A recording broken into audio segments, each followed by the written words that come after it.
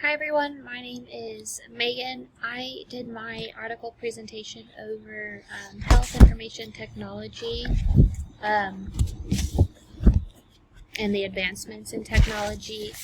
Specifically, the article's title begins with, "Will the wave finally break?" Obviously it does. The article only goes up till 2005 in the advancements in technology, so it's technically a little bit out of date, so I do touch on a little bit of our advancements in technology outside of the article. You'll see that here, and I also touch on the importance of those advancements. So here are those objectives, and we'll get started. A little bit about the article. You'll see repetitiveness from here and a few of my other points touched on further. But the main point in the gathering of this article is that for HIM professionals to succeed in the future of health information technology and the EHR systems is for them to take caution in technology advances in the entire process, and to know that there are going to be failures, but in order to succeed you have to fail. And so in the 60s and 70s, 80s and 90s, and then where the article stops in the early 2000s, there are a major chunk of advancements, and then obviously our textbook goes further into those advancements. The textbook Health Information Systems by Wagers, Chapter 4. Obviously the textbook goes further in depth than that. So, the overall goal, obviously, is to improve those clinical decisions and reduce medical error. But the physicians in both the 60s and 70s and 80s and 90s were hesitant on that. They thought it was too expensive and that the benefit did not exceed that expense. And so it did not push. The advancements obviously did, but the welcoming of those advancements was not there.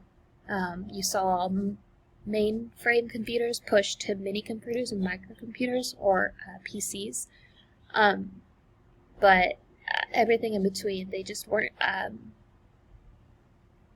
receptive to those advancements, and they took it with heart of heart. They took it with a grain of salt, more so. And so these advancements were there, but it was hard to get them to take it and be more receptive of it and let the hospital take it all rather than little bits and pieces of those departments. Feel free at any point to read more in depth in this.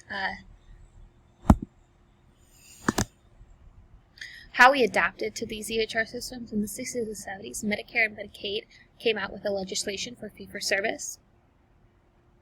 And obviously, so they paid for what was given. Obviously, that didn't pay for anything that was of wrongdoing, but then again, mainframe computers were developed and then soon evolved into mini computers and microcomputers. The microcomputers were obviously better, faster, smaller, and cheaper. So physicians and administrative staff were a little bit more receptive to that, but they didn't see the financial benefit to it. So it took a little bit of push and give for it to be in there. Expert system methodologies were developed to focus on clinical decision support systems and diagnoses of patients. 80s and 90s, the Microsoft Windows system was pushed out on large scale, but it was not on widespread use until almost 10 years later within hospital systems in the 1992. When it came out with the third version of Microsoft. And then there's the HL7 system that was created in the 80s. And then the implementation of DRGs, which was the reimbursement, or which now depended on the reimbursement, or reimbursement now depended on what was done with the patient and the diagnosis of the patient.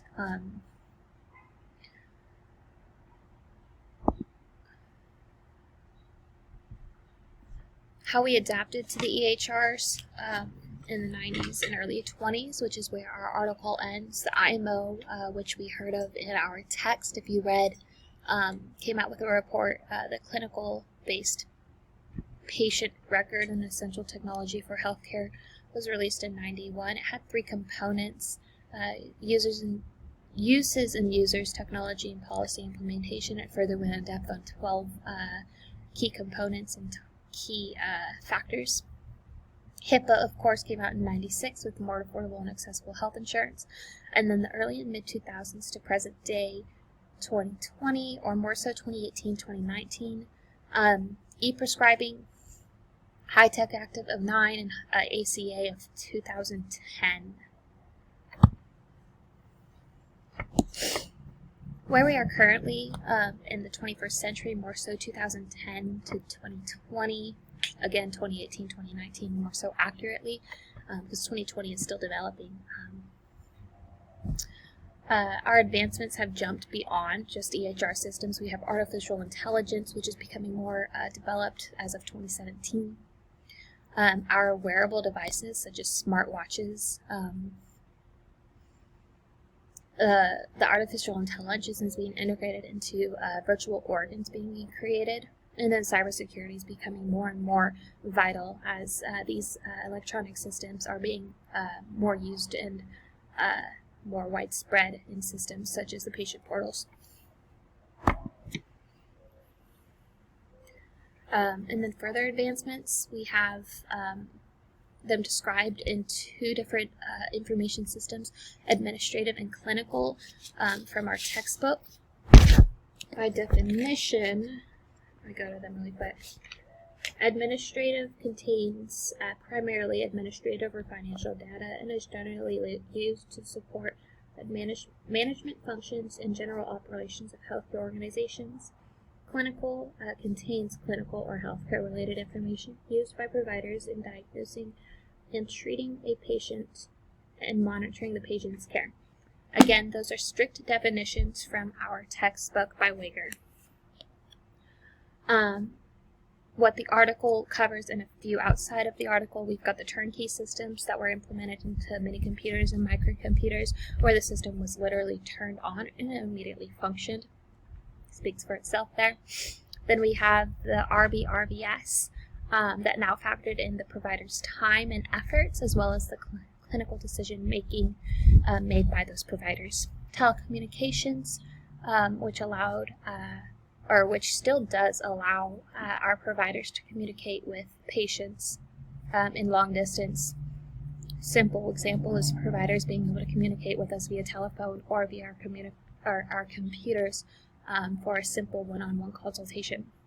The email was a portion of that telecommunication, taking away from snail mail or mail through our mailbox or phone calls and waiting on that response back.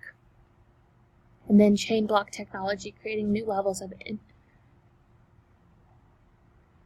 integration for HIT. Sorry for that misspell. And allowing new ways of sharing data and stakeholders without compromising security.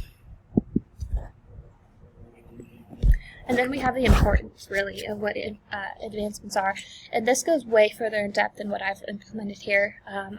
I'll point out the resources that I got these importances from, and then obviously we know what the importances are if we're really implementing these resources and these advancements within our organization. If we are sticking up with these advancements, the HR systems are going to be used to our benefit, and it's keeping us in regulation and in compliance with these laws and regulations, and keeping us up to date with new and current information. It's allowing us to improve departmental flow, communication-wise, and with patients. It's decreasing healthcare costs in the long run. Obviously, it took a while for physicians and administrative staff to see that and being able to implement it. But of course, our providers are seeing that nowadays, and it is working for our benefit.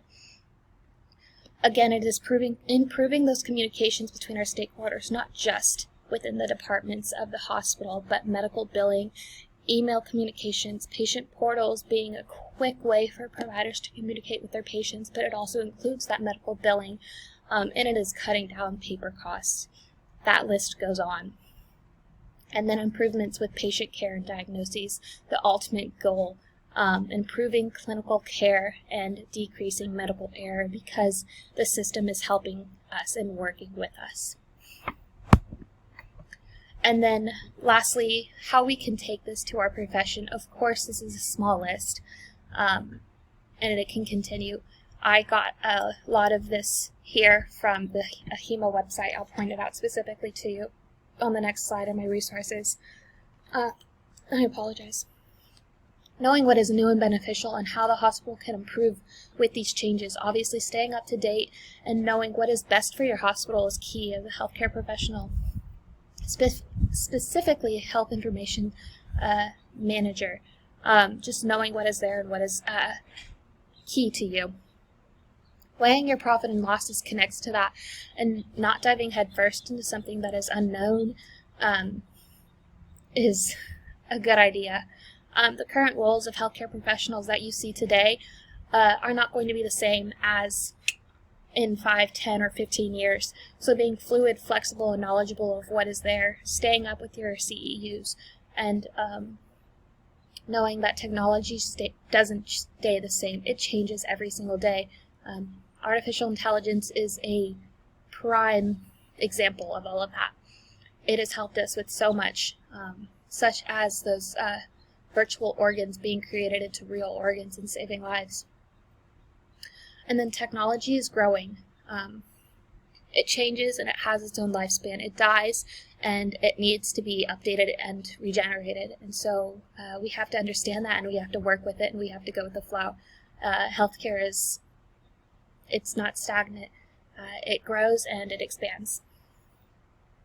Of course, this list is a small one, but it is exponentially larger. And the HEMA website is just one of many that will give you ideas and